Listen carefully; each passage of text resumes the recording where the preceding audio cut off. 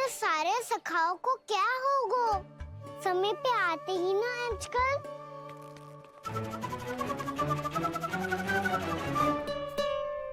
आज फिर से विलम्ब कर दियो ना। कहाँ रह गया था?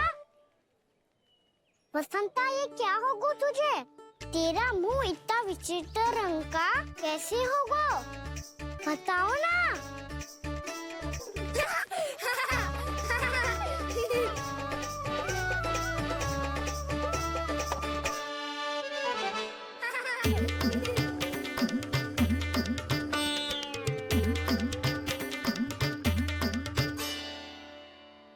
तुम सबका स्वाद तो ठीक है ना? मुख पे, होठों पे ये नीला नीला सा रंग कैसे लगो है? होठों पे ही ना कान्हा, जीभ पे भी लगो है। चिंतित होने की आवश्यकता नहीं है। ये तो बस एक विशेष फल के कारण हुआ है। फल के कारण? हाँ, एक विशेष और चमत्कारी फल का प्रभाव है ये। अच्छा, तुम्हें कहाँ से मिला ये चमत्कारी फल? और मुझे लिए बिना क्यों गए? वृंदावन के घने वन में मिलते है ये।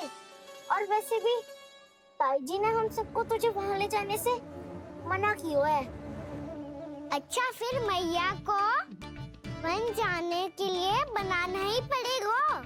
बना पाओगे कान्हा? इसमें कौन सी विशेष बात है दाऊ? बात बोली है मेरी मैया। उन्हें बहलाने में, अपनी मीठी मीठी बातों में फंसाने में समय थोड़ी लगता है। कान्हा, क्या करोगे तू? अरे सुबल, फैजी की बात बता रहा हूँ। बस थोड़ी सी सेवा करनी पड़ेगी, फिर मैया प्रसन्न हो जाएगी। और सेवा से भी ना मानी तो मैं करूँगा उनकी प्रशंसा। थोड़ी सी चकलूसी बस प्रशंसा से फूल जाएगी मैया। और यदि इसे भी सिद्ध ना हुआ, फिर मैं हो जाऊंगा भावुक और रो के दिखा दूंगा। फिर झट से मान जाएगी मैया। और फिर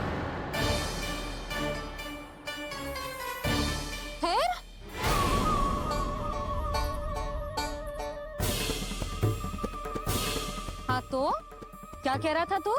मैया, मैं तो बस ये कह रहा था कि मेरी मैया कितनी अच्छी है, कितनी प्यारी है, कितनी भोली है, कितनी सरलता से बहल जाएगी, प्रसन्नता से फूल जाएगी। ठहर ठहर, तुझे अभी बताती हूँ। यशोमती मैया के नंद लाला, नंद लाला।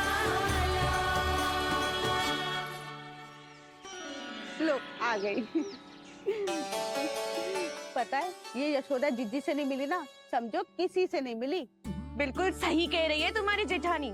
जसोदा जी हमारे वृंदावन की आत्मा है, समझी उर्मिला जी। वैसे भी गोप गोपियों के गांव ब्याह करके आई हो, तो हमारे राजा रानी का आशीर्वाद तो लेना ही पड़ेगा। मैं तुम्हें ले चलूंगा उनसे भेंट कराने, ठीक है? सुनो जी, जब हम राजा रानी से मिलने चलेंगे तो क्या मैं जे ही पहन के चलूं? जब आप पहली बार मुझसे मिलने आए थे, तब आपने मुझे ये दिया था। मेरे जीवन का सबसे मूल्यवान उपहार है ये।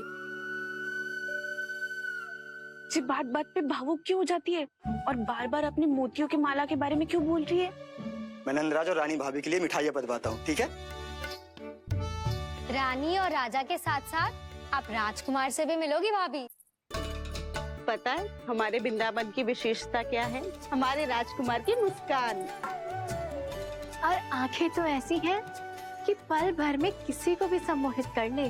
और मुख तो ऐसा है जैसे चंद्रदेव स्वयं आ गए हो। और उसकी आभा तो ऐसी है कि पल भर में तुम्हारा मन चुरा ले वो।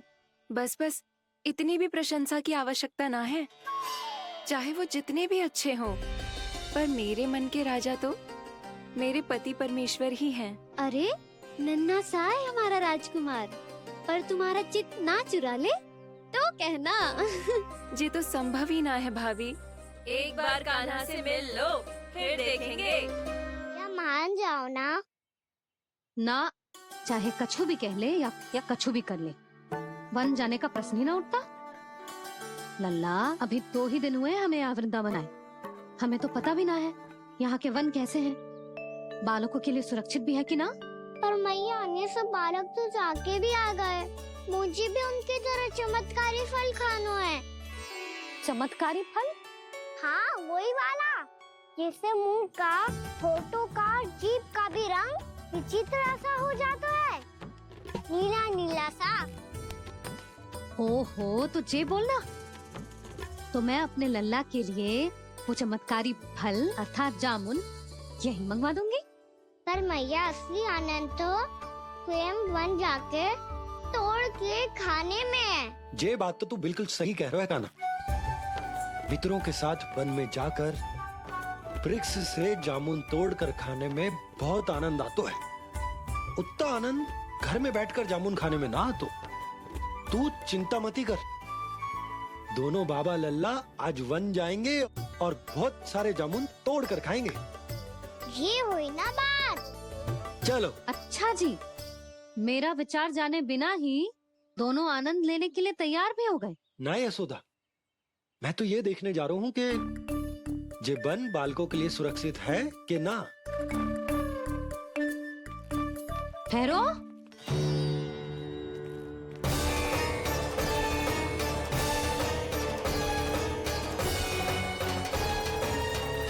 मुझे भी खाना है चमत्कारी फल, मैं भी साथ चलूंगी।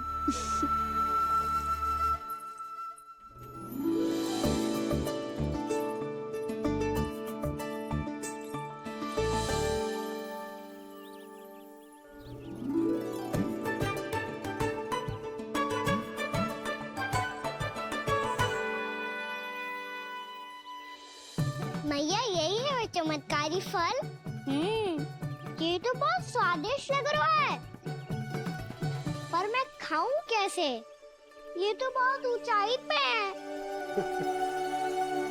खाना, अब तू अपनी मैया का चमत्कार देख लल्ला। तुझे जे फल खानो है ना, तो अब जे फल स्वयं चल के तेरे पास आएगो। देख तू।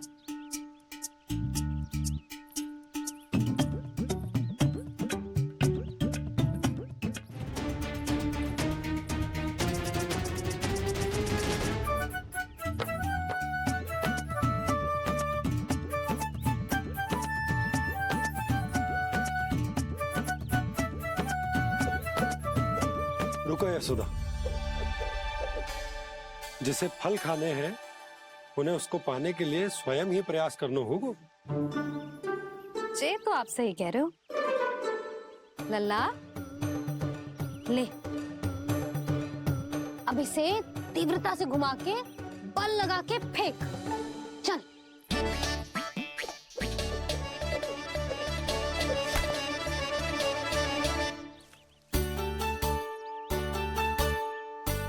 कोई भी कार्य को पूरी तैयारी से करना चाहिए, तभी तो कार्य में सफलता प्राप्त होगी। समझ गो मैया। ले, फिर से कर।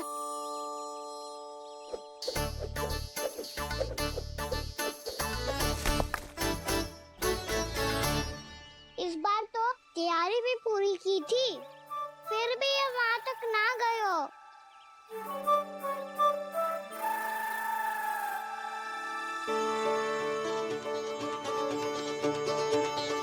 कान्हा, तैयारी के साथ साथ ध्यान केंद्रित करना भी आवश्यक है, नहीं तो ध्यान भटक जाएगा और हाथ लगेगी असफलता। अब तुझे जिस डाली से जामुन तोड़ने हैं उस पर ध्यान केंद्रित कर और लक्ष्य साधो।